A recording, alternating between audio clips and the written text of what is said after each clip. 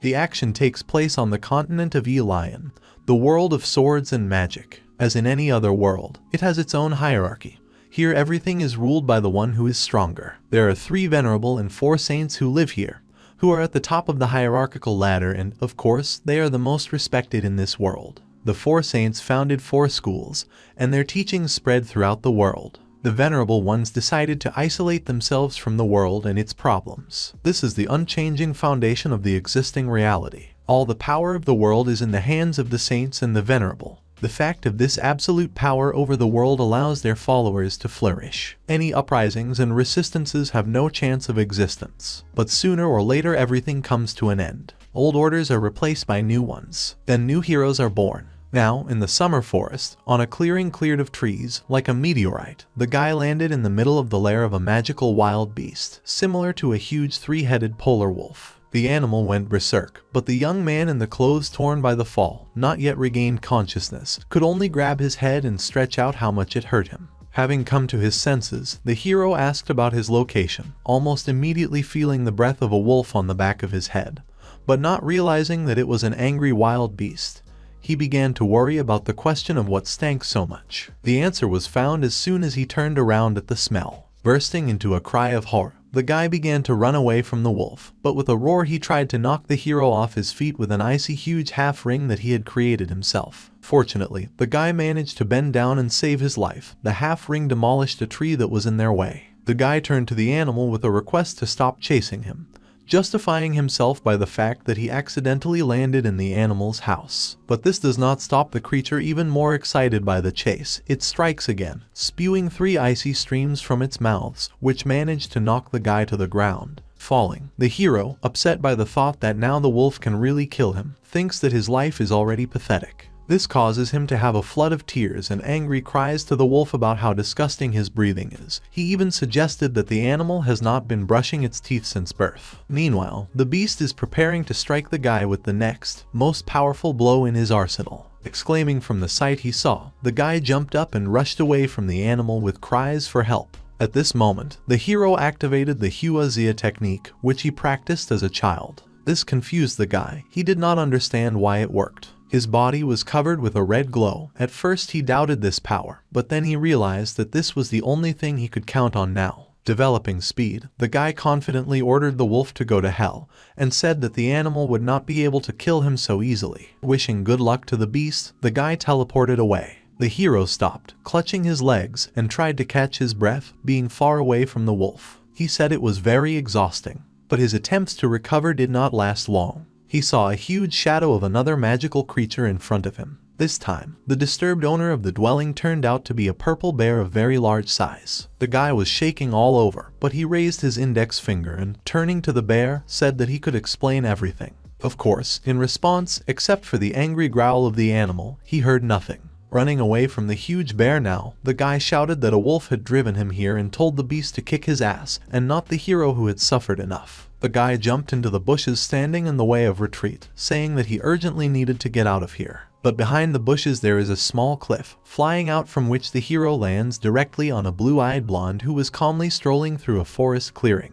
The girl gave our sufferer a strong slap in the face, calling him a pervert, but the general embarrassment did not last long, because now an angry bear jumped out of the bushes right at them. The guy heroically pushes the girl away, protecting her from an angry beast. He was exposed to the blow, and the animal slashed him on the back with its claws. Falling, the hero thought that he was unlikely to survive from this. At this moment, a bearded blonde man with a huge sword appears from somewhere and jumps on the beast. The beast jumps away with a menacing roar, and the girl runs up to the man who appeared, calling him grandfather. He turned to a girl named Wire and asked if she was okay. Wire confidently replied that she was very smart and nothing would have happened to her. After a short hesitation, she remembered that someone else would have been there. Looking at the wounded guy lying under their feet, the brutal man asked if his granddaughter was talking about him. Seeing the condition he was in, Wire, clutching her heart and pointing at the guy, exclaimed that he was injured. Running towards the magical creature, the man told her to take care of the wounded.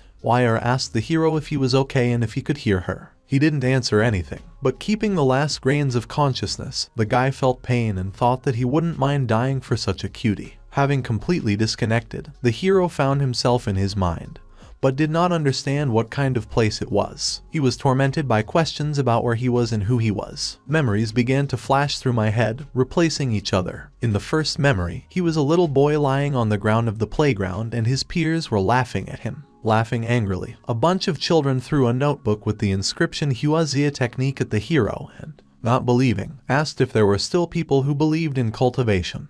And turning to the boy, they suggested that he had reread fantasy, and that his stupidity stemmed from the fact that he had no parents. Then the hero, already in school uniform, finds himself in the rain on the roof of the school, and a schoolgirl with long lilac hair throws roses in his face, shouting that she would not have fallen for them, and if she had not lost the argument, she would not have come close to the guy. He stood alone in the rain and thought about the lost argument and that he was wrong from the very beginning, although at first he believed that at least someone needed him. Now the hero was sitting in an internet cafe. There were noodles nearby, and empty bottles of water were lying around on the table. The tired guy was staring at the correspondence in the computer, in which he corresponded in the game with his online friend. His friend said that he had to leave for an hour. The hero, not understanding why, because they almost reached the level, asked about it. But his friend said that he was going to his best friend's birthday, and advised the guy to get one in life too. Continuing to stare wearily at the screen, he reflected that no one would want to communicate with him except online friends. During his reflections, the hero heard a dialogue between two guys sitting opposite him. Young people were discussing him. A guy in a brown sweatshirt turned to a friend, asking if this was the legendary dude in front of them who hasn't been out of here for a month. A friend, answering his question, ironically asked him the legendary Lee and said that he was just a loser who simply could not tear himself away from the computer. The hero, upset by such statements in his address, thought that now his life is worse than that of a stray dog. He thought before waking up that it would be great if it all turned out to be just a nightmare, and not his memories. The guy slept in a simply furnished room with wooden walls. Opening his eyes, the guy saw Wire in front of him, who ordered him, the lazy one, to wake up. Otherwise, he said he would hit him if he didn't get up right away. Not fully awakened, the hero grabbed the girl by the hand and pulled her towards him, which caused her to lose her balance and fall on him. Instantly realizing what had happened, they jumped away from each other. Wire, covering her face with her hands, asked what he was doing, to which the guy apologized to her and justified himself by saying that he was just worried because of the dream. There was a loud shout calling for a guy named Liu Feng. Frightened by the unexpected exclamation, the guy and the girl were taken aback, and meanwhile the voice belonging to Grandpa Wire continued to shout that Liu Feng should immediately come down to him, because he has a job for Liu Feng. Wire started pushing Liu Feng towards the bucket of water to wash his face. The girl said that Grandpa was going to get angry, and told the guy to hurry up and get ready. Continuing to push the guy to the wooden wash basin, she said very enthusiastically that she had prepared new clothes for him, to which Liu Feng only skeptically gave his consent. Liu Feng, standing at the makeshift wash basin, leaned on the railing of a simple wooden balcony and looked at a busy street. There were many buildings with red and orange roofs on it. There was a dense emerald forest on the horizon, and the sky was blue above the ground, in which a turquoise dragon flew under the clouds and a whole archipelago of flying islands soared. Watching the view, Liu Feng thought that a month had passed since his arrival in this world. He was just a nerd, wandering around an internet cafe, a loser who died from a computer explosion. But after all the suffering experienced in that world, he found himself in a magical world, where a three-headed ice wolf chased him immediately after his arrival. He thanked God that Grandpa Hockey and Wire had saved him, taken him with them, and even given him a roof over his head. On the Elian continent, anyone can develop physical and magical strength. There are 11 levels of power in total. Those who have reached the 9th level are called masters. Those who have reached the 10th level are called saints. Only those who have reached the highest level can become reverend. Legends say that it is possible to reach a level higher than the 11th, but no one has ever succeeded. Almost the entire population is either 3rd or 4th level. Grandfather Hockey is a 5-level swordsman.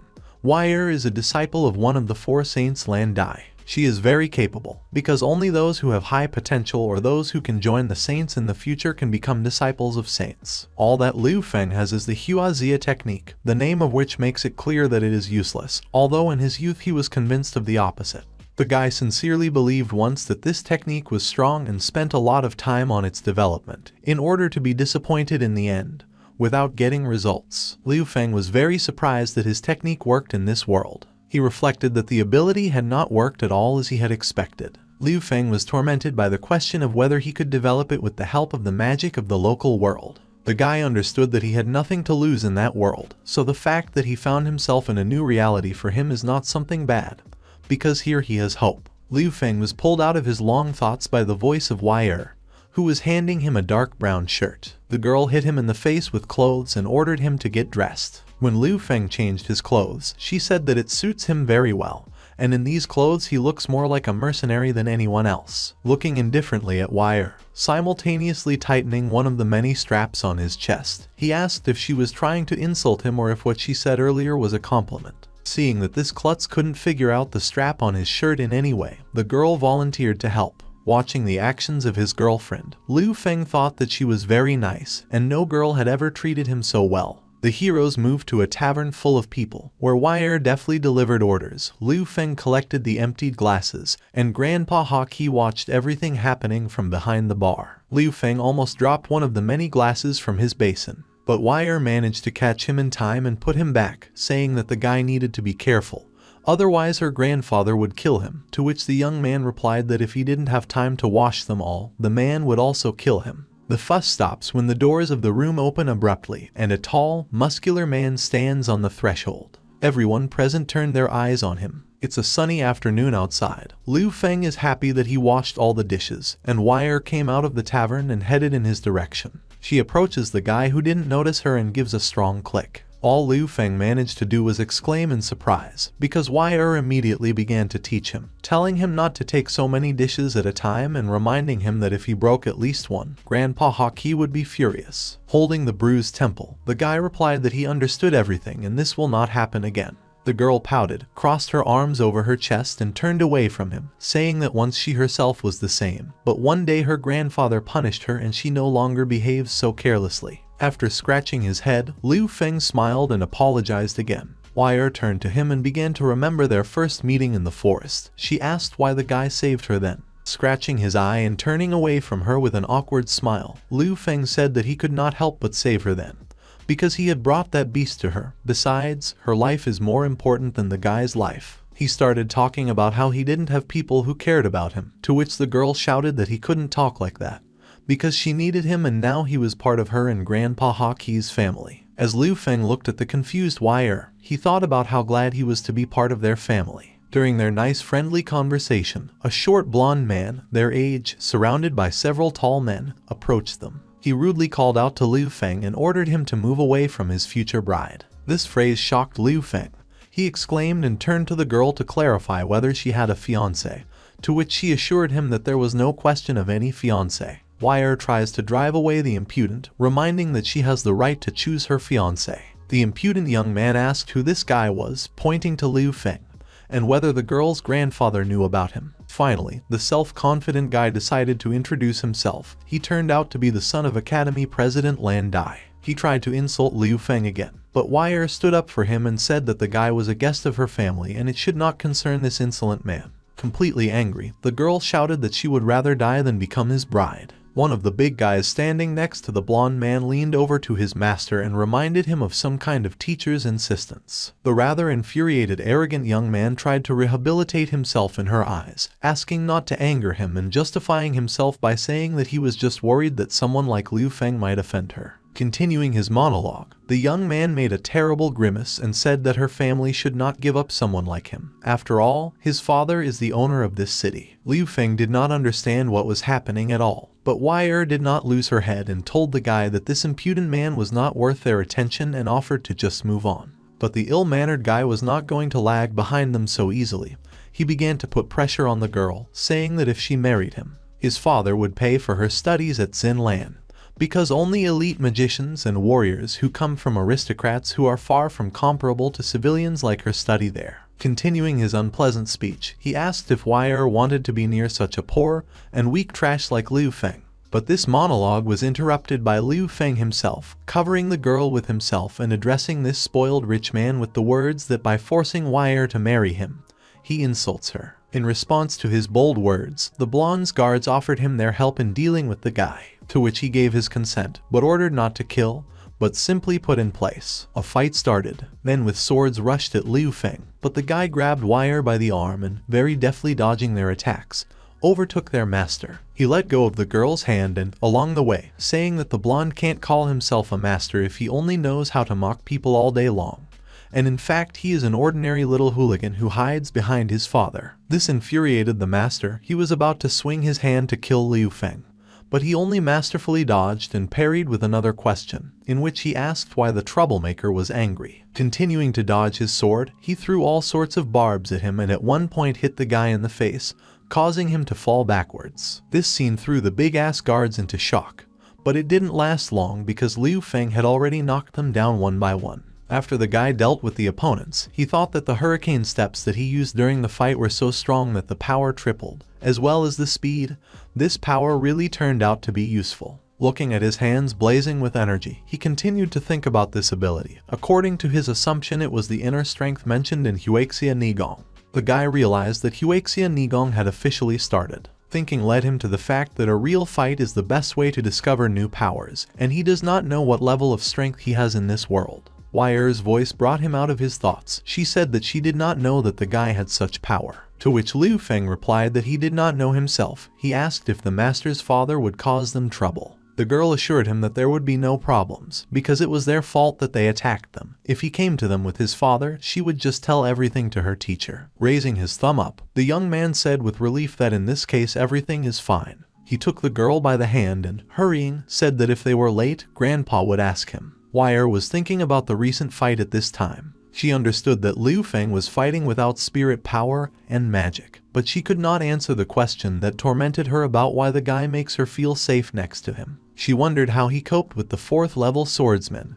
how he ended up in their world and where he got such strength from. But all the reasoning led to the fact that it doesn't matter to her to know the answers to all these questions, because she just likes being around Liu Feng. Addressing the guy, she offered to go to the market, because there are a lot of new things there today. The sunset was golden in the sky. A satisfied Liu Feng was walking along a paved street and humming a song. Wire, who had been watching him all this time, asked what he was so happy about, to which the guy with a smile from ear to ear said that he was able to improve HWAZ's technique today, and, in addition, he himself can run fast and he managed to use the ability on others. The girl did not understand anything of what was said and asked the young man to explain himself, and he, laughing and mimicking her, said that he would not tell anything. The guy pulled Wire to him, grabbing her by the shoulders, and assured her that she only needed to know that in the future he would be able to protect her. With a twinkle in his eyes, asking if the current situation was romantic, he received a rather powerful slap in the face from a very embarrassed girl. Recovering from this for a short time, he rushed towards the tavern and shouted after his girlfriend, offering a bet that the last one to reach the building would wash the dishes. To this, an even more annoyed girl only managed to yell that he was the first to run and it wasn't fair. Liu Feng opened the tavern's doors with a smile and informed Grandfather Haki that they had returned. But all they saw was warriors and mercenaries scattered on the floor, and in the middle of this horror was a long-haired blonde man, Lei Ting, Lord of Rongma City, and next to him his son. In his right hand, the man held the grandfather by the throat, lifting him off the floor. What they saw shocked the guys. All Wire could do was call out to her grandfather. In response, she heard his wheezing. He told them to run away from there as soon as possible. But he was interrupted by the Lord's son, who, pointing his finger at Liu Feng, shouted that he was the guy who insulted their family. And his father, as the lord of the city, could not just turn a blind eye to it. Enraged, Liu Feng was covered with his characteristic purple flame and furiously shouted that Lei Ting had shed enough blood and ordered him to let his grandfather go. He rushed at the lord with his fists, but he only called him loud and noted that the trick was interesting, but too slow. Touching the boy's forehead with his index finger, he pushed it against the wall. Frightened, Wire threatened Lei Ting that she would report what he had done to the teacher, but the man said that she would not see her teacher again. He stretched purple streams of magic to the girl, lifting her off the floor, and revealed his plan, which was that he wanted to use her to contact the 4 saints. But she was not interested in this at all, and he could not leave witnesses. Wire was suffocated by the magic rays. She realized that she would not be able to cast a spell. At that moment, Liu Feng jumped up and ran towards the Lord, trying to stop him. He threw Grandpa Haki at him, and they both fell to the floor. At this time, Lei Ting with the help of magic aimed the sword at the young man. But when he was flying, Grandfather Haki covered the boy with himself. The sword pierced the man, while still conscious. He told Liu Feng to take Wire and run. He assured that he would detain the Lord. But in response, Lei Ting only casually asked the man why he was so eager to die, addressing him as brother. Squeezing his hand, he killed him with magic. From the nightmare she saw, Wei gained strength, but she still could not get out of the magic trap that was strangling her. Liu Feng tried to attack the lord from behind, but his son warned him and another attack of the guy was repelled. He flew into a pile of broken furniture. He was now paralyzed by magic. Lei Ting turned to his son named Lei Nu and asked if he liked the girl, allowing him to do whatever he wanted with her. Enraged, Liu Feng yelled that if Lei Nu even touches the girl with his finger, he will finish him off. But this did not bother this spoiled brute at all. Breaking the magical shackles, the guy rushed towards him, but was stopped by Lei Nu's father. He was interested in the young man's abilities, but still considered him weak. He began to voice his plans for how he would justify himself to the girl's teacher. But suddenly the girl threw back the Lei Nu and extracted a blue shimmering nugget from herself. She decided to sacrifice herself. Crying, she asked Liu Feng not to worry. She said that she was really glad that she had met him. Wishing good luck to the sobbing young man, she blew herself up with a peaceful smile on her lips. The tavern exploded. Lei Ting hid himself and his son under a magical shield dome. Liu Feng also moved with the help of her power to a forest clearing. He lay on the ground and stared in shock at the peach-colored ribbon of Weir's hair in his hand, the only thing left of the girl, and his past carefree life. He squeezed his hand with the ribbon and began to cry, remembering his family that he had found not so long ago. Immediately jumping to his feet, he angrily shouted that he had to kill Lei Ting, and that he would definitely avenge his loved ones. When he came to his senses, Liu Feng began to look around and try to figure out where he was, angrily saying that he needed to return and avenge Weir and grandfather. But his thoughts were soon interrupted by the fall of a huge dragon right in front of his nose. Before the guy had time to come to his senses, a man had already flown up to the dragon, starting to attack the reptile. Trying to comprehend what was happening, Liu Feng stared in fascination at the picture that unfolded in front of him. Noticing the young man, the dragon turned his attention to him. Thoughts were swarming in his head. He thought it was an ambush, but since there was only one person there, he wanted to kill him. Approaching Liu Feng at a fairly close distance, he smelled his scent and realized that he was not a simple person, but from the ground. A gray-haired, long-haired man appeared with a bow and began firing burning arrows directly at the dragon. He managed to injure him. The dragon fell at the feet of the guy, who asked in shock why the archer saved him, but he did not answer anything, began to attack the dragon further. And when his knights began to pull up to the man and asked who this guy was next to the dragon, the gray-haired archer said to kill him along with the dragon and take his eggs. The man's companions started shooting pillars of fire at the dragon, but he only covered Liu Feng with his wing,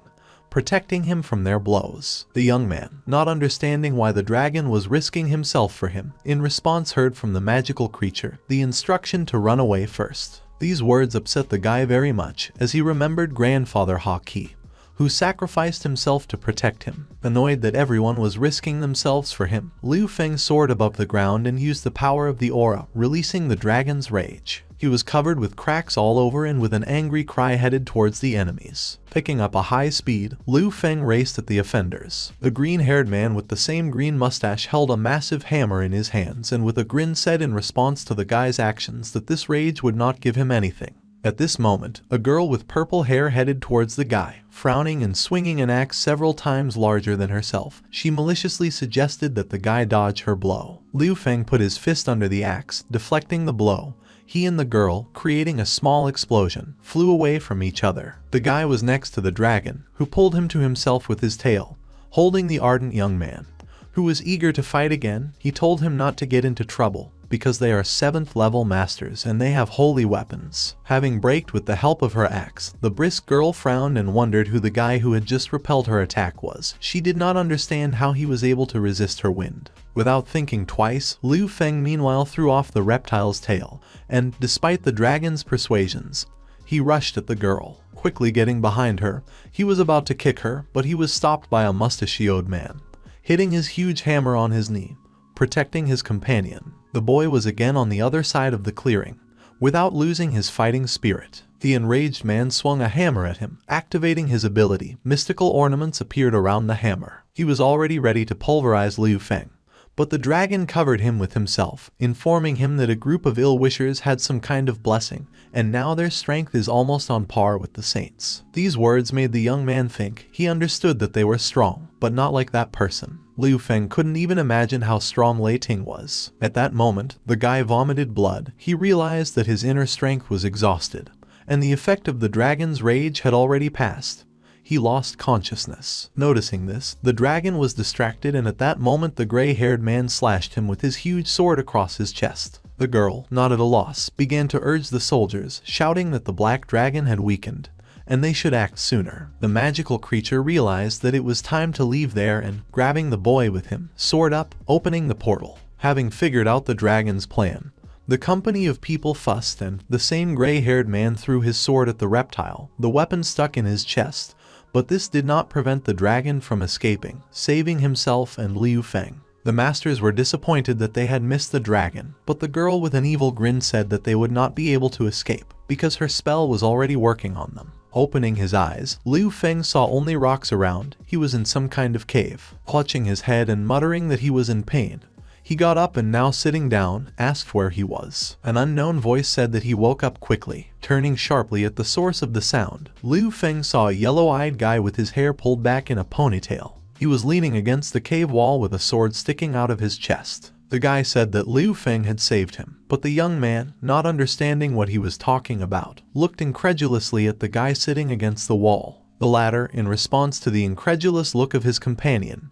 narrowed his left pupil and grew a black horn, asking if Liu Feng recognized him. The young man exclaimed in shock, realizing that there was a black dragon in front of him. The hitherto unknown guy thanked him for saving him, and Liu Feng, fussing, jumped up to him and asked if the stuck sword hurt much. The young man asked if the guy needed help to pull out the weapon, but without waiting for an answer, he grabbed it and tried to pull it out with trembling hands. This caused only a cry of terrible pain from the dragon.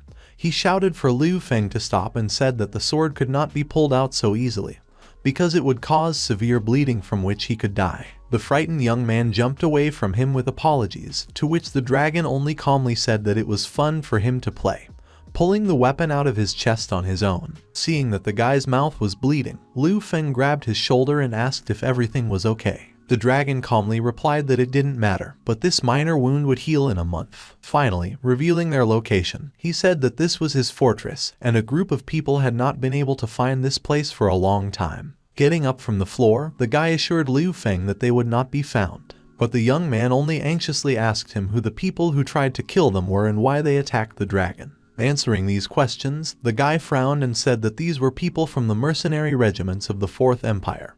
They tried to steal his dragon eggs. Exclaiming in amazement, Liu Feng asked if he had misheard, and the dragon meanwhile came up to some pile of garbage and began rummaging there, saying that he would show them to him now. To which the young man again exclaimed why he kept them in a garbage dump. The dragon assured that this was the safest place to store them. Pulling out a huge egg that looked like a chicken, the dragon said with a blissful smile that he had found it. This did not cause Liu Feng any admiration, and he asked, "Does it not look like an ordinary enlarged egg?" The young man sincerely did not understand how it could turn out to be a dragon. Ignoring the young man, the guy looked at the egg with tenderness and told Liu Feng to do the same, calling the egg his girl. To which Liu Feng perplexedly asked how a dragon could claim that it was a girl if she hadn't hatched yet. But the guy insisted on his own, saying that he was sure that it would be a girl, confusing Liu Feng even more by saying that the egg was born by a dragon on its own. Seeing the misunderstanding in Liu Feng's eyes, the dragon with undisguised enthusiasm began to talk about how it happened.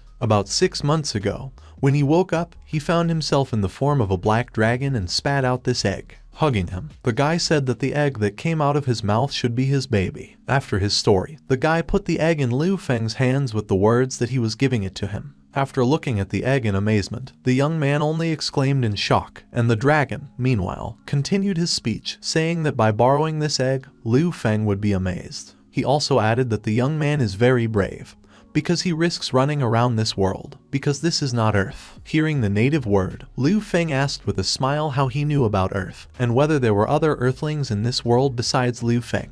With a grunt, the dragon replied that he had collided with the ground. This was followed by the next question from the excited Liu Feng, whom the dragon had to hold by the shoulders so that he would not pounce on him out of curiosity. The guy said that in the 6 months since his transformation, he managed to stumble onto the ground. But the next moment, the dragon was pierced by a sharp pain in his chest. Clutching at the wound, he said that it seemed that Liu Feng's tough support did not help much and he was getting worse. Leaning on the wall of the fortress, he said that he should not die after all this because he is a dragon. A worried young man approached him and asked what had happened to his wound, if he could not contain it himself. The dragon, with a guilty but warm smile, assured Liu Feng that he would be fine, and he suggested that the young man probably has a lot of things he would like to ask. Let's say why, being a dragon, a guy stays in a human body. Liu Feng furrowed his brows in concern and agreed, saying that according to his information, there are less than 100 dragons in this world, so they are very rare. The young man asked why the people of the Fourth Empire dare to steal his dragon eggs. Aren't they afraid of revenge from all the dragons? This question was followed by a story that once a dragon defended himself, but many years ago they stole his eggs because of a black dragon.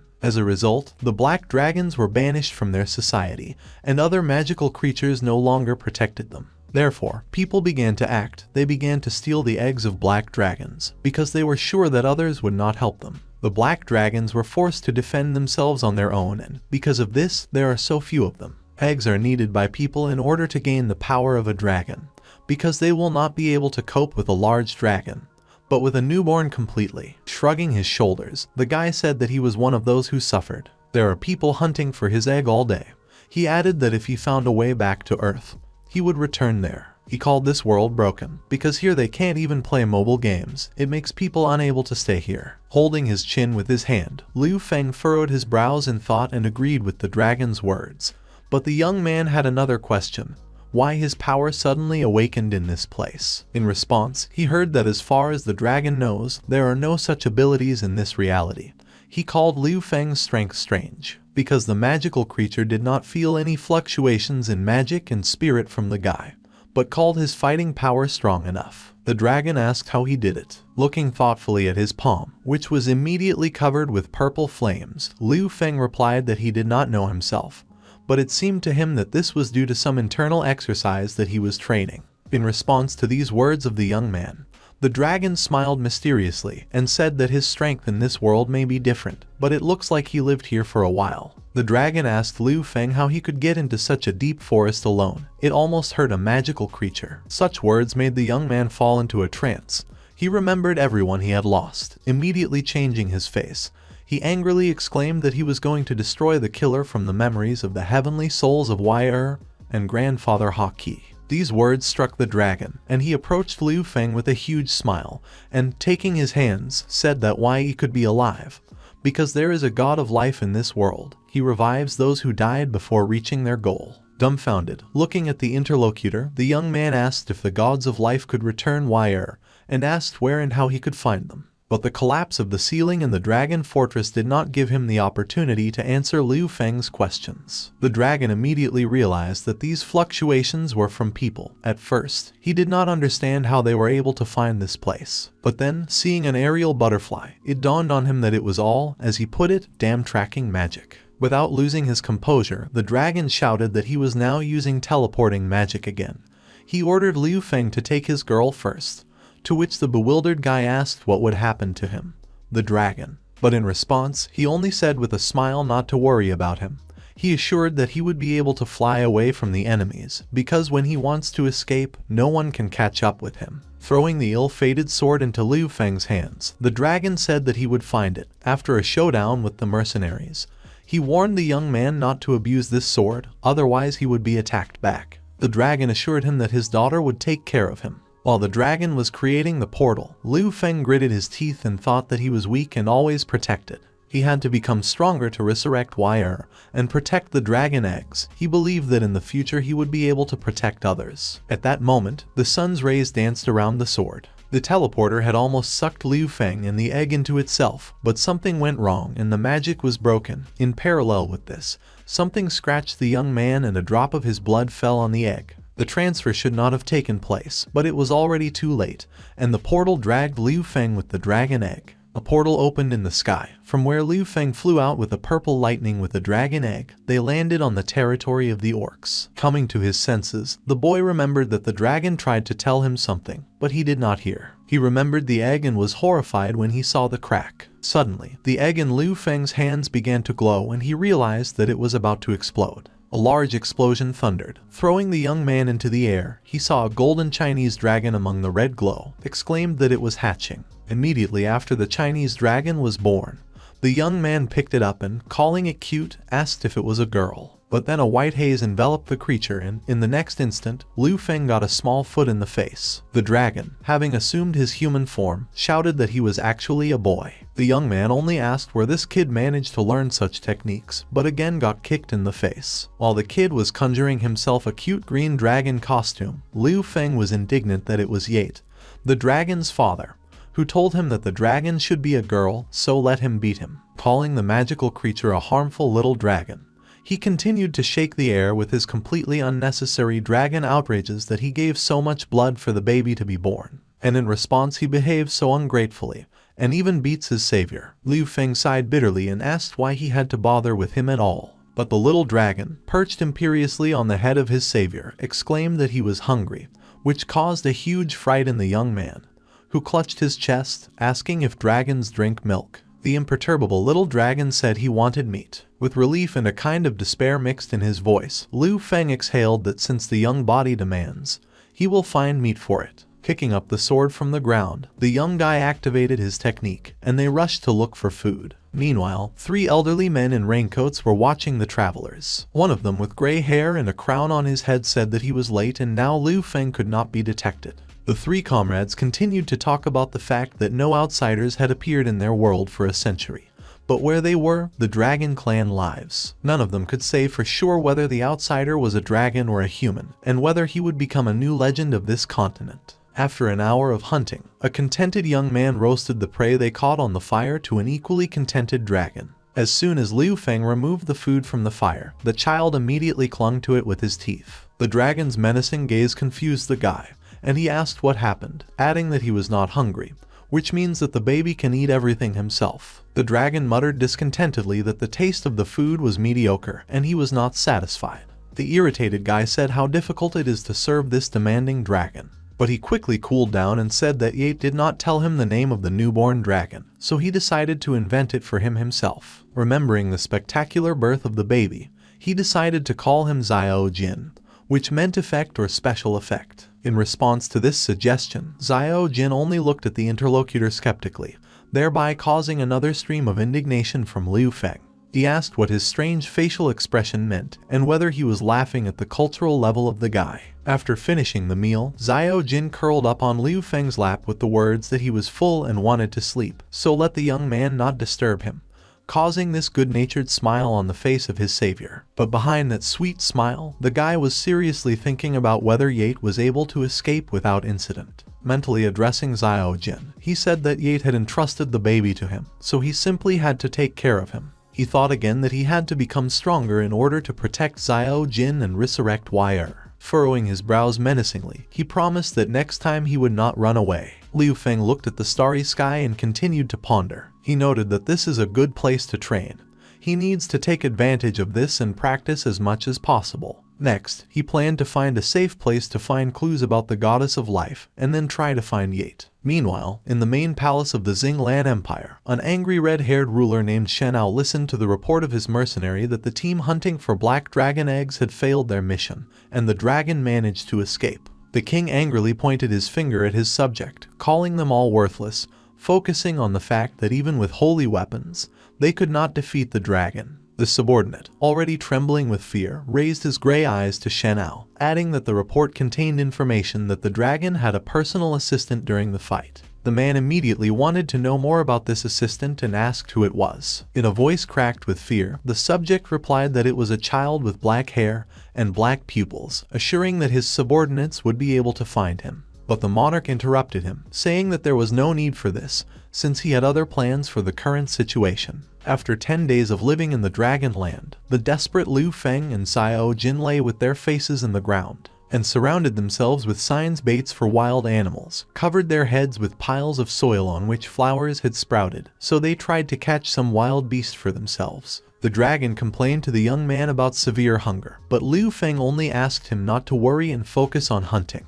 The prayers of the mountain hunters were answered, and a huge wolf appeared before them, hungry no less than them. But the glee of the guys did not last long. Both they and the wolf were distracted by someone's scream. Meanwhile, in another part of the clearing, a short-haired man, who was the chief of a small group of mercenaries, which consisted of a long-haired archer, a short old man with an axe, and a bald magician, was looking at the unfolding picture through binoculars. Liu Feng tried to show with his hands that they did not need outside help, but the head of the team, having misunderstood the guy's gestures, decided that he was asking them for help. He told his companions that those boys were asking for help because they were being chased by a level 7 red wolf. The chief warned the others that they needed to act carefully and offered to save the guys. The astute magician, suspecting something, said that something was wrong in his view of the situation. His boss, addressing him by the name of Beta, asked why he thought so. To which, in response, I heard that there were a lot of pointers placed in that place, and they have been going for quite a long time.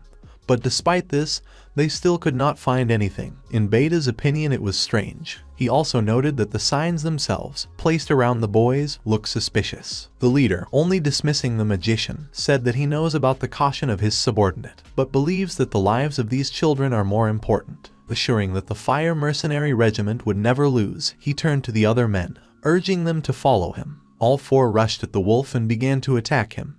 But after a retaliatory blow, they began to fly away from him, and only their heels sparkled. While running away, the leader of the regiment shouted to Li Feng that they had distracted the wolf and he could run. The whole scene threw Xiao Jin into hysterics. He cried, upset that these 4 men had taken their lunch. Understanding the whole situation, Liu Feng told him that they were just trying to distract the wolf to save them. He said that they could not sit back, and rushed towards the mercenaries and the wolf, leaving the tearful dragon behind. At this time, a group of mercenaries tried to escape from the wolf, shouting incomprehensibly to each other about why the animal was not lagging behind them in any way. The oldest of them, crying, began to tell the leader that he himself would not be able to defeat the wolf of the 7th level. Without calming down, he asked the chief why he was building a hero, saying goodbye to life. The old man said that he did not even say goodbye to his sister. Distracted by the whining of his comrade, the man stumbled, falling under the friendly cry of chief.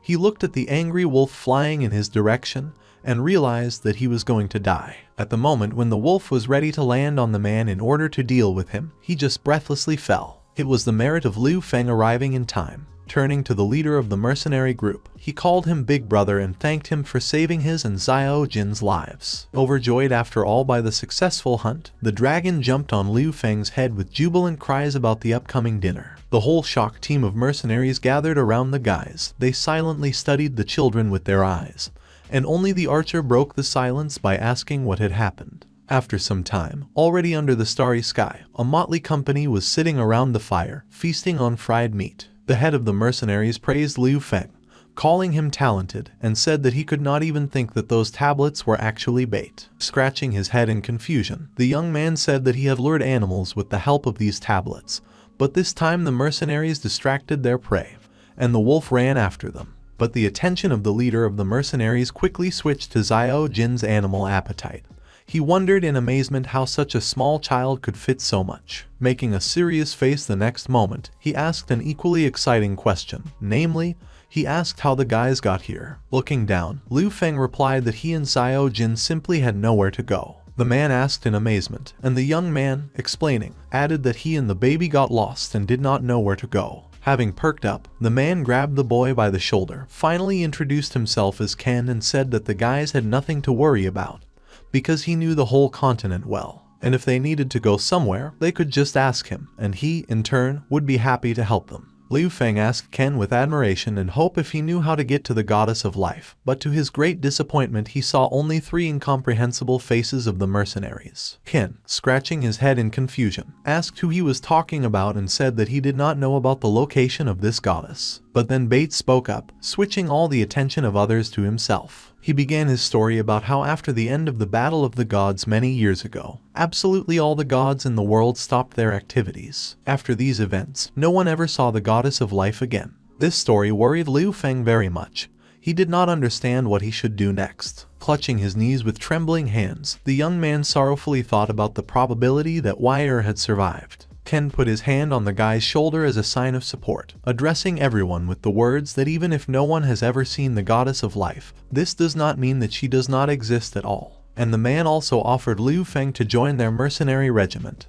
He said that by becoming a mercenary, he would be able to go to the mercenary guild. buy all the information, and maybe even find the goddess of life, who might not be as far away as he thinks. In addition, by joining them, he will also be able to take a quest and get a reward without worrying about food and drink, juicy fish, and large pieces of meat. The guys thought about their own, equally impressed by Ken's tempting offer. Liu Feng was thinking in amazement about the key to the goddess of life, and Xiao Jin, in turn, was already blissfully dreaming of juicy fish and large pieces of meat. Both, turning to each other, exclaimed enthusiastically in unison that they agreed to join Ken's mercenary regiment. Exclaiming happily, the man took the young man by the shoulders out of habit and added that if he really joined them, then their mercenary regiment would definitely have every chance to become the best regiment in the mercenary guild. Both the elf archer and the short old man greeted the guys in their team with open arms, but Bate only looked away thoughtfully, not succumbing to everyone's amusement. But this joy did not last long, because the next moment Ken stunned the guys with a huge stack of papers. Turning to Liu Feng,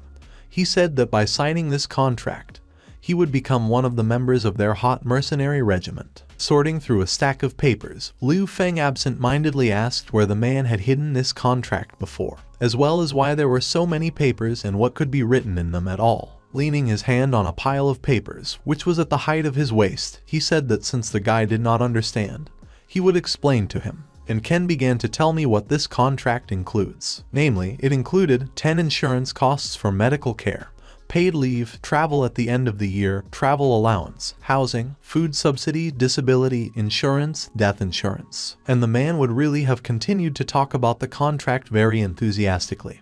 But the tired Liu Feng stopped with the words that he understood everything, and there was no need to continue, because he was already ready to sign. The next day, on a hill near the walls of the city, the mercenaries had a view of a huge Gothic castle, around which there were many residential buildings and streets. And all this creation of architecture was surrounded by stone walls, in addition to which a magical dome cast a golden glow in the sun over the city, apparently created for greater reliability and a sense of security. Liu Feng murmured admiringly that the picture before him was very beautiful, and Xiao Jin, picking up his admiration, in turn said that in the future his majestic palace would be just as big. Ken cheerfully said that in front of them was the Fortress of Sunset, Ribuyo Yeasai, and he added that it is the center of the activities of the human empire. The friendly company first went to the tavern to celebrate the joining of new members. While the others were eating and drinking at the tables for visitors, Ken, Liu Feng, and Xiao Jin were talking at the bar. While a cute barmaid with lilac hair was pouring beer into Ken's glass, the man was telling Liu Feng that this mercenary tavern is the best in the Sunset Fortress. This place is small, but there are many types of wine here, so the mercenaries nearby like to come here to drink.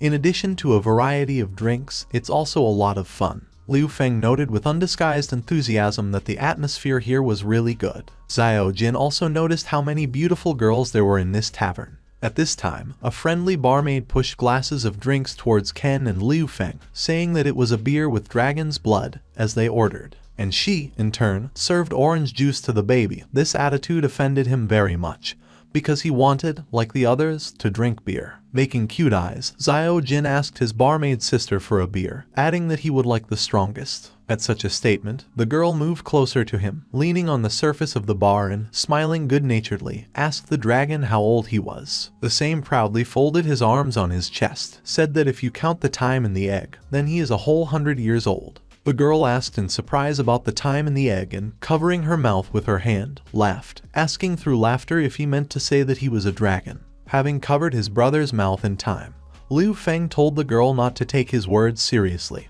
because the kid likes to brag and she shouldn't listen to his nonsense. She just smiled politely, poked her index finger into Xiao Jin's nose, and called him cute. After blowing a kiss to the dragon, she left the company with the words that she needed to work first, but she would definitely play with him later. Trying to stop the girl, Xiao Jin waved his hands and asked her to stay with him a little longer. But as soon as she disappeared from the dragon's field of view, he grabbed the collar of Liu Feng's jacket and began shaking him for him, shouting at the elder for not letting him talk about what he really is, a dragon. Xiao Jin hoped that if Miss Barmaid found out who he was, then maybe he would have a chance to like her. Cautiously looking around, Liu Feng leaned closer to the dragon offended by him and whispered that there were a lot of people here, and if the kid revealed the truth about who he really was, they could simply open a hunt for him. Having intimidated Xiao Jin in this way, he persuaded him to keep quiet about his origin in such dangerous places for him. At that moment, Ken came up to them asking if they were hungry. Sitting here,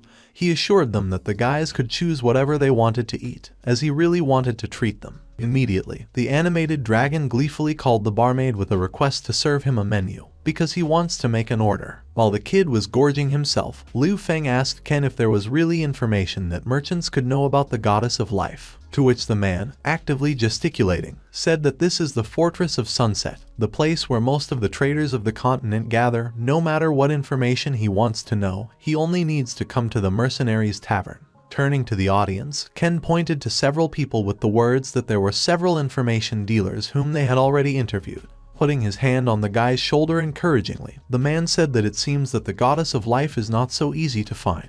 But Liu Feng assured him that he would not give up. Overcome with curiosity, the leader of the mercenary regiment asked why the young man wanted to know the location of the goddess of life, not for the sake of immortality. But in response, he heard from a visibly saddened Liu Feng that the young man had actually lost someone who was important to him, and he really hoped that the goddess of life would help him resurrect them. Putting his hand on his friend's shoulder again as a sign of support, Ken raised a glass of beer and said that Brother Liu was really loving and fair. He also added that he was very glad to be his friend, because it was definitely worth it. Sending the boss a grateful smile, the guy said thank you to him. The surprised exclamations of other tavern patrons distracted the two friends from their heartfelt conversation. They heard the visitors talking in surprise about how the child could eat so much and whether he was okay. Liu Feng, confused, asked Ken about which child he was talking about and whether it could be Xiao Jin. Looking around, he realized that the baby had disappeared somewhere, so he suggested that Ken go and check what was going on there. Approaching the table where everyone was crowding, Liu Feng and his boss saw a dragon eating a whole fried chicken with an undiminished appetite. Someone watched it in shock, someone looked at it with admiration and even delight. Ken was one of those who were very shocked by this sight. He asked if Xiao Jin really ate it all, and Liu Feng, only hitting himself in the face with his palm, tried to justify his brother by saying that he was growing up and eating too much. When the girl brought another large piece of meat to the table where Xiao Jin was overeating, the man asked if this was exactly normal. But everyone quickly turned their attention to the visitors who entered the tavern at that moment. It was a company of mercenaries, consisting of 5 people, headed by a tall, stout man. He was the deputy chief of the Rhapsody Mercenary Regiment.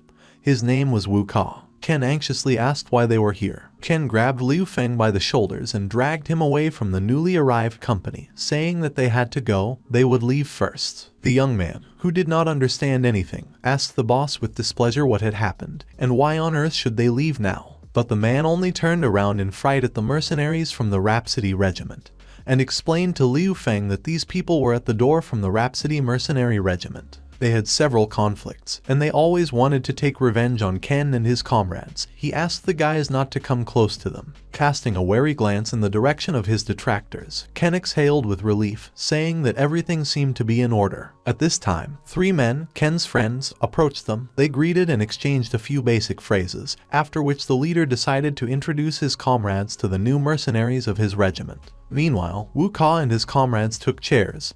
He hugged his mate, saying that the roast beef here is very tasty. The man asked if his beloved wanted to try it, to which the woman accompanying him agreed. Snapping his fingers, Wu Ka called the waitress to him and arrogantly demanded 2 portions of fried beef, followed by a polite apology from the girl, and words that the beef was over today. Although this angered the man, he turned to his passion, kindly offering her to try the fried dragon claws, assuring that the woman would definitely like them, because they are no less delicious. But these words were followed by another apology from the already frightened waitress. She said that the dragon claws were also sold out for today. The couple, who had already lost their temper, indignantly asked what was left in the tavern menu for today. The girl replied that all the meat was sold out, and only vegetables remained. Wu Ka viciously asked how this could be, to which the girl, having faded away, pointed to Ken's company with the words that another guest in the establishment ordered all the meat. After looking at the pleasantly communicating old friends, Wu Ka, without changing his aggressive attitude, headed in their direction, saying that he had met an old acquaintance. Meanwhile, Ken was telling his friends that his brother Liu had defeated a level 7 red wolf with a single sword strike the other day,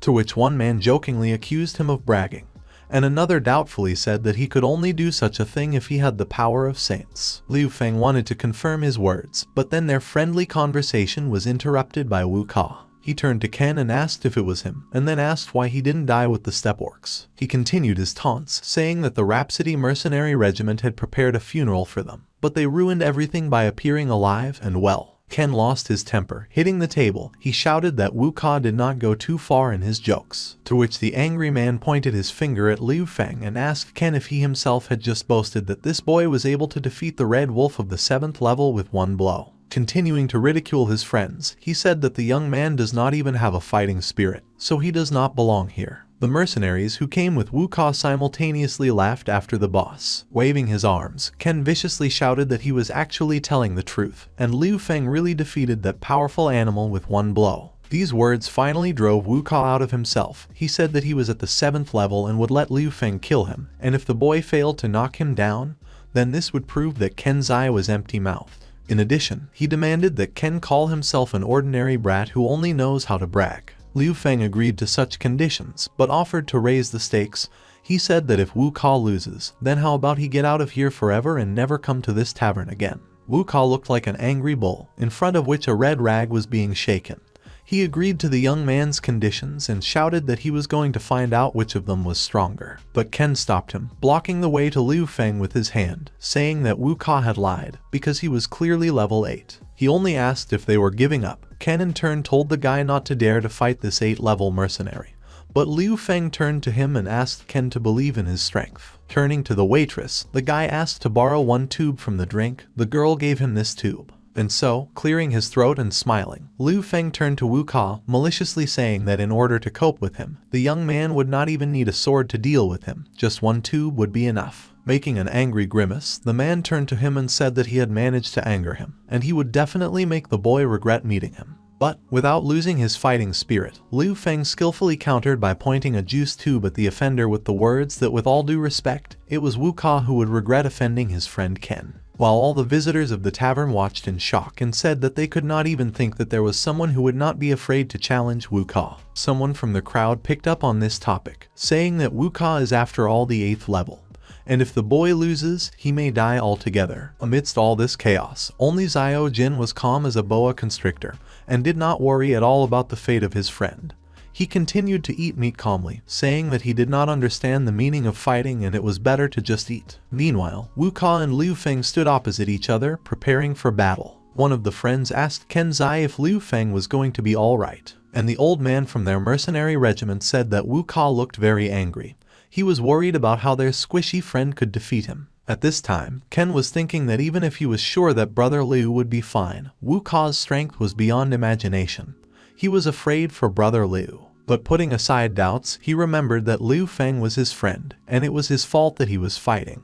If he did not believe in brother Liu, then could he even call himself his friend? Finally, answering the doubts of his friends, Ken said that he saw with his own eyes how brother Liu killed a red wolf with one sword in his hands. And even if Wu Ka is stronger than that wolf, this is definitely not the opponent who can defeat Liu Feng. Looking menacingly at his friends, he offered to bet if they did not believe him. To which both friends agreed. One said that a bet means a bet, since Ken already wants to give them his money so much. They, of course, will not refuse. And another picked up and added that the man himself offered it, and he better get ready, because this time he will definitely lose both his money and pride. Wu Ka, flexing his fists, turned to Liu Feng and asked if he was ready, to which he received the answer that he was always ready, but not to die. The man, as it were, rushed towards the self-confident young man. Noticing this, he could not help but note that it seems that in this world before the fight they do not talk for a long time. The hand in which Liu Feng was holding the tube burned with a blue flame, and he said that he would try out a new trick with the HWA technique on Wu Ka, which he had learned the other day. The young man closed his eyes and recited a spell, and after that, Liu Feng began to dodge the blows of the Bugai at once. Not understanding where the second boy came from, Wu Ka lost all his vigilance, missing several fairly strong blows from the brats of Liu Feng, creating a powerful force ball, simultaneously connecting Liu Feng into one himself. He forced Wu Ka to fly against the wall, and even break through it. The man was lying unconscious on the street while everyone was staring at Wu Ka in amazement. Liu Feng only noted that it looks like he won't wake up today. And then, looking anxiously at the broken straw, I thought that I almost lost, and it was not easy to pull this off with a straw. Meanwhile, his anxious subordinates ran up to Wu Ka. They did not believe that some boy could defeat him with one blow. Someone even had doubts whether the man had lied to them about his level. An equally overjoyed Ken ran up to the delighted Liu Feng, saying that brother Liu was simply incredible. Noticing that his friends were trying to slip away without giving him the honestly won money, he reminded them of this. The men from the Rhapsody Regiment tried unsuccessfully to bring their boss to his senses. One of them said in a trembling voice that Liu Feng should wait and get what he deserved for it. To which a completely unimpressed Liu Feng only noted that no matter what world you are in, the villains always say the same thing. Satisfied, Ken Zai ran up to his friend, holding 2 rather large bags of coins in his hands, again saying that brother Liu is just great, and he earned so much money only thanks to him, so he wanted to give the young man half of this money. But the guy good-naturedly refused, saying that it would be better if he gave the money to the mercenaries. Coming closer to Liu Feng, Ken had already whispered to him worriedly that Wu Ka was very stubborn, and the leader of the mercenary regiment, Mo Tu, would definitely not forgive him. The guy replied that he would take Xiao Jin right away and they would leave. Approaching the bar, Ken Zai threw 2 bags of coins on the table and, turning to the barmaid wiping glasses, counted everything that was broken. He assured her that he would compensate for all the damage. The girl, weighing the bags in her hands, asked how he would pay for everything else, because the money he gave was not enough for everything. Confused, the man asked for a check, and when he saw how much there was in it and how long it was, Ken was almost speechless. He was only able to squeeze out a barely audible question addressed to Xiao Jin, in which he asked how many servings the baby had eaten. To which the dragon, blissfully lying on the floor of the tavern, replied that it was only 9 and was quite full. All that was left for Liu Feng was to cover his face with his hand and mumble what a shame it was. And now Ken Zai and Liu Feng are walking along a forest road without jackets, which they also had to bail to a tavern, and a satisfied and well-fed Xiao Jin is walking in front of them. Liu Feng apologizes to the man, saying that all the blame for the incident lies entirely on him. Ken only smiles in response with his big smile and says that what happened is not a problem, because he has already accepted the young man as his own brother, so he has no need to worry. Then, with a more concerned face, he added that, unfortunately, they still have a huge debt in the tavern. Suddenly, a voice is heard behind them. He says that he has one order and whether they want to accept it. Turning around, Ken Zai and Liu Feng saw something completely covered with a purple cloak. In the backyard of the mercenary regiment, 2 men were drowning in the swamp, appealing to the chief of Mo Tu with a plea for forgiveness and promises that they would not make such mistakes again. But no one heard them, and they sank to the bottom of the swamp. At that moment, Wu Ka's subordinates ran to the edge of the terrace. They called Mo Tu, announcing that his deputy had been defeated. A voice rang out from under the quagmire, asking what it was about, how Wu Ka could be defeated. The men in the discord, interrupting each other, began to report that a certain newcomer had appeared in Ken Zai's squad, and it was he who defeated Wu Ka, and not just one, but with one blow. The blue crown of Mo Tu, the head of the mercenary guild, appeared from under the swamp water, and then he himself began to come out of the quagmire, arguing that Wu Ka of the 8th level and he could not be defeated so easily. He also noted that Ken Zai was a weakling, asking where he could have such people. Entering the steps leading to the terrace, the man asked where this guy who defeated Wu Ka was. He wanted to look at the one who dared to attack his people. In response, he heard that according to the scouts, they just went to the mercenary guild. Mo Tu indignantly asked his subordinate why they should go there, to which a crumpled answer followed. The mercenary said he did not know why they should go there. Meanwhile, Liu Feng and Ken Zai were already in their clothes walking down the corridor of the mercenary guild. The young man asked how Ken managed to get their clothes back. The man said that he just humiliated himself very much in front of the girl worker of the tavern, until she felt sorry for him and returned the things. Saying that humiliating himself for the sake of clothes is low, Liu Feng quickly changed the subject, asking Ken Zai what he thinks his level is. The man quite reasonably assumed that since the guy was able to defeat Wu Ka, then his level is clearly higher than the 8th. He also added that he was glad that someone like Brother Liu joined his squad. So far he was the strongest member of his mercenary regiment, which meant that he could take difficult tasks and get more money. The words of a friend made the young man think. He did not understand why Ken then refused the man in the purple cloak. It still did not fit in his head. He was brought back from his thoughts by his friend's hand, which had already landed on his shoulder out of habit. The man asked what the guy was thinking about, but did not wait for an answer as they came to a huge hall. The ceiling was glass in the shape of a dome, and under it in the very center of the hall was a huge cobblestone with a scarlet image of the sun. The stone was floating in the air, but it was held by 4 chains that stretched all the way to the walls, apparently to keep the cobblestone in place. There was a whole crowd of people near the stone. Kenzai said that this stone would measure Liu Feng's strength. When the friends approached the stone, a man with a long scythe was checking his strength there, and another standing nearby recorded the results and announced them to those who measured their strength. For example, the man with the scythe had a 6th level of strength. After seeing this, Liu Feng asked Ken if he could try it, to which he received guidance and support from Kenzai and Xiao Jin. The young man approached a bald man with papers and, scratching his head, asked with a good-natured smile if he could try to measure his strength, to which he received a positive answer and instructions that he should stand in the center and hit the stone with all his strength. Liu Feng did exactly as he was told, but nothing happened, absolutely nothing. This confused the controller, and he asked if the young man was a magician, but he replied that he could hardly be a magician. Enraged and having broken his brush, the bald man indignantly asked why then he did not have the strength of spirit. And against the background, some teenagers laughed at Liu Feng, saying that it is impossible to become a warrior without the power of the spirit. Then the man with the scythe ran out of patience. He grabbed the guy by the collar and pulled him closer, ordering him to get home and not take a cue here. Liu Feng calmly responded to such an aggressive attack by asking what would happen if he did not leave. The man let him go and, laughing, said that if he did not leave, he would simply be beaten. In response to such taunts, Liu Feng, without thinking twice, punched the man right in the face, knocking him to the floor with one blow. Turning to the controller, the guy said to be checked again. He nodded in agreement, but Liu Feng's repeated attempt to check his strength level was interrupted by a red-haired woman who appeared out of nowhere. She menacingly asked if the young man had forgotten the rules of the association, adding that fights outside the hall are generally prohibited. This woman turned out to be the chairman of the Guild of Mercenaries of the Sunset Fortress, Sophie.